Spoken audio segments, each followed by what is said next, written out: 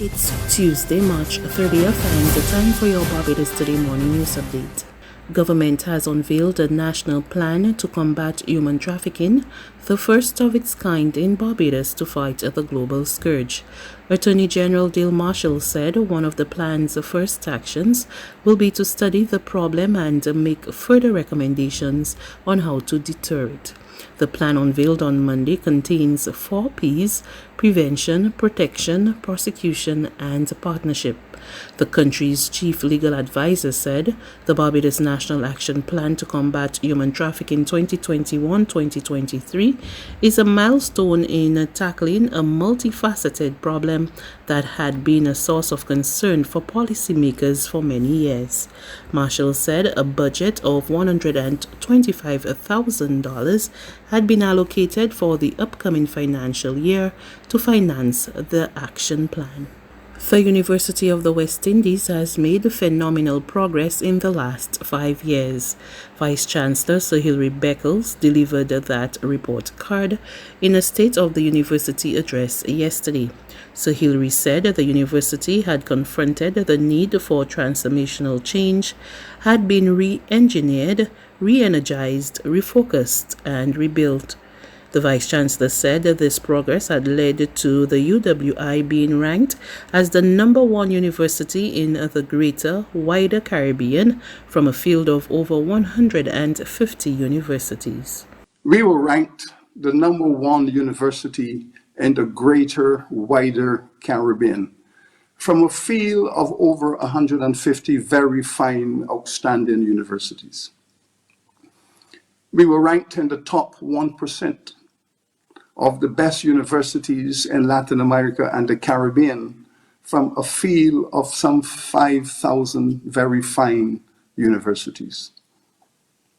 We were ranked in the top 1% globally of universities within our own age cohort. And critically, we are now ranked in the top 4% of the world's finest universities. In a field of over 26,000 universities, our University of the West Indies is ranked in the top 4%. And we are rising. We are rising. This is our phenomenal achievement. This is who we are. This is where we have reached. Sir Hilary said the university had not only made significant contributions in the sectors of health, economics, law, literature, and sport, but had also doubled the student roll in the last 20 years from 25,000 to 50,000 students. He said he was also pleased that the governments of the region had recently met to formulate a new financial model for the university. We are now at the mountaintop of our reputation. We recognize that we are not yet out of the financial woods. And all we are doing is corrective action, but we are on the right path and we have the right instruments and we are prepared and ready to resolve these financial challenges. And we do all of this because we are committed to the advancement of the Caribbean community in this 21st century. Our region deserves and is entitled to a first-class university, globally active and respected, in which we can feel proud. When we begin to see the great benefits of our financial transformation in the next couple of years, when we begin to see those benefits, already they are coming, but when they begin to gallop as we implement aggressively our plan, what we will see is the lowering of the cost of higher education to our students. What you will see also is that the governments will be under less pressure to sustain this first-class university, because we would have created a better mix of financial measures and instruments to generate the revenues that are required.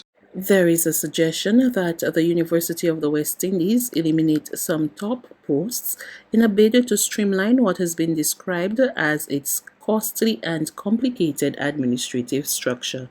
It's coming from a Professor Emeritus of the Caville campus, Sir Woodville Marshall. The retired UWI Pro Vice-Chancellor says the two-tier administrative structure of the regional institution needs to be simplified to achieve a more cost-effective operation. Emmanuel Joseph reports. While Sir Woodville was unable to estimate how much the UWI would save from streamlining its administrative system, he has suggested that some senior heads would have to roll. I don't have any estimate. But I mean, it really means that you would abolish a number of posts like university registrar, university bursar, and all of those so-called central appointments. Yeah. Sir Woodville, who was knighted by the Queen in 2011 for his exceptional contribution to education, also weighed in on the controversy surrounding fears by more than 100 university scholars from across the world that outgoing Vice-Chancellor 66-year-old Sir Hilary Beckles may not be reappointed because of his outspokenness for justice, equity and ethics. Those academics recently sent a petition to the UWI's governing body, that's the University Council, urging the renewal of Sir Hilary's 5-year contract on the grounds of his impressive track record in running the regional institution of higher learning. Sir Woodville, a former professor of history, also supports Sir Hilary's reappointment, but with some reservations. I don't have many reservations from where I sit about what he's doing in relation to running the university. I would, if I might enter my small reservations right away, I would just say that he shouldn't be so concerned to establish the university in every corner of the world. I don't think that is a priority. Secondly, I don't think that so much emphasis should be paid on whether we rank first, second, 44th, or otherwise in terms of the universities of the world. What I'm saying is the emphasis should be on performing as well as we can the service for this community that we are supposed to serve. And if in fact we do that to the best of our ability, well then our ranking will reflect it. That was former Pro Vice-Chancellor of the University of the West Indies Caville campus, Sir Woodville Marshall, and I am Emmanuel Joseph for Barbados Today. There's regional and international news after this short break.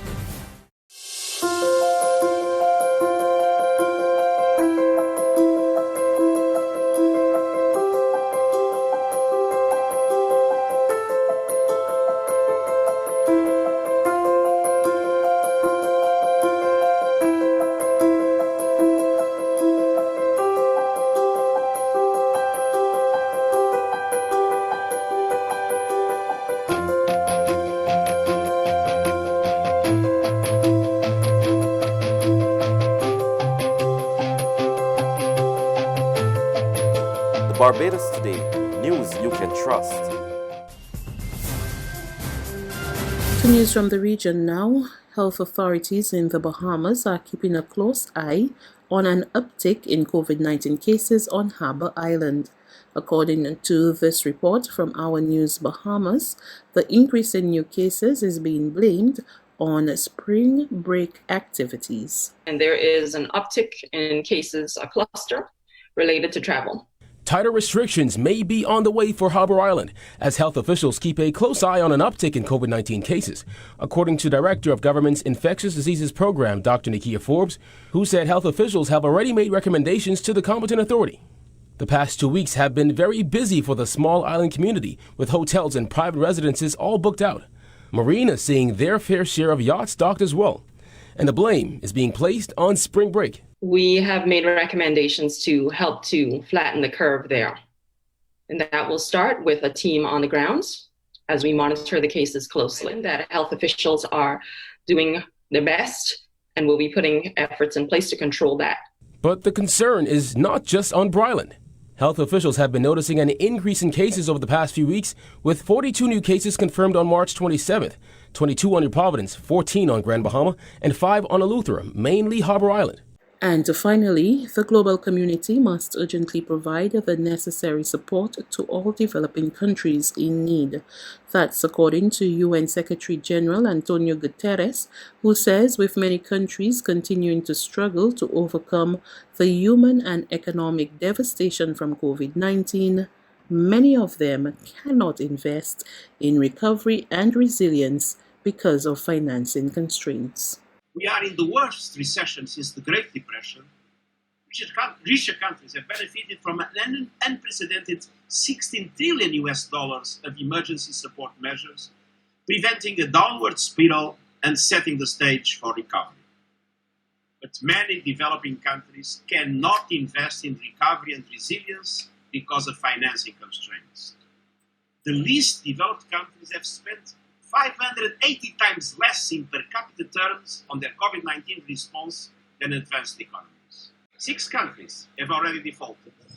1/3 of emerging market economies are at high risk of fiscal crisis. And the situation is even worse for least developed and low-income countries. They face a painfully slow recovery that will put the 2030 Agenda for Sustainable Development and the Paris Agreement completely out of reach. Developing countries need access to additional liquidity to respond to the pandemic and to invest in recovery. And the global community must urgently provide the necessary support to all developing countries in need. That's news. But for the very latest, visit us at www.barbadostoday.bb.